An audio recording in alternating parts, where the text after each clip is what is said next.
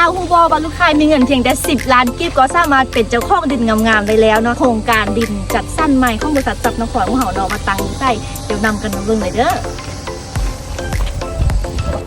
เริ่มกันที่3 แยกส้นขั้วน้ำขานทางไปบ้านผิกเนาะขี่เข้ามาประมาณ5 นาทีจะเจออยู่หงแหมสีฟ้าอยู่เบื้องขวามือไกลมาหน่อยนึงก็จะเห็นดินจัดสั้นบริษัทซับนครซึ่งโซนแคมทางตัวนี้เฮาก็ได้ค่ายเบิดแล้วเนาะต่อไปเฮากำลังแบ่งค่ายดินโซนแคมน้ำขานนั่นเองลูกค้ามาเบิ่งกันเลยเด้อว่าจะงามซำใด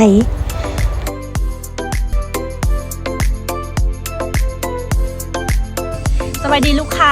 ฮูบอว่าลูกค้าสามารถเป็นเจ้าของดินงามๆตอนนี้ได้แล้วเนาะซึ่งดินตอนนี้เป็นโครงการของบริษัทซับนครนั่นเองเนาะลูกค้าฮูบอว่าดินตอนนี้นะวิวธรรมชาติงามแฮงเดี๋ยวมาเบิ่งกันเลยว่าวิวมันจะงามซำใดเนาะ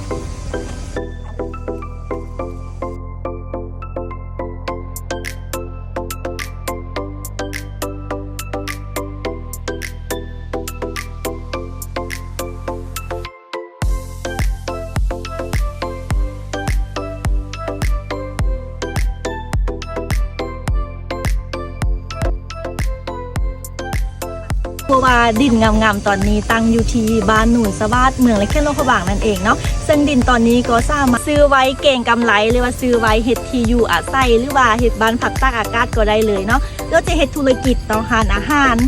เงินพักของแหมก็สามารถมาจับจองดินตอนนี้ได้เลยเด้อซึ่งพิเศษเลยลูกค้าโปรโมชั่นที่เขาจะเปิดโครงการใหม่เนาะเพียงแต่จ่าย 50% เท่านั้นเนาะส่วนที่เหลือกก็สามารถผ่อนฟรีได้เลยโดยที่บ่มีดอกเบี้ยเนาะแล้วยังมีใบใต้ดินครอบทองให้ลูกค้านำเนาะฟรีเลยที่ลูกค้าบ่ได้เสียยังเพิ่มเติมเลยถ้าที่สนใจอยากสอบถามข้อมูลเพิ่มเติมก็สามารถติดต่อมาตามเบอร์ของลุงนี้ได้เลยเด้อสำหรับมื้อนี้ไปก่อน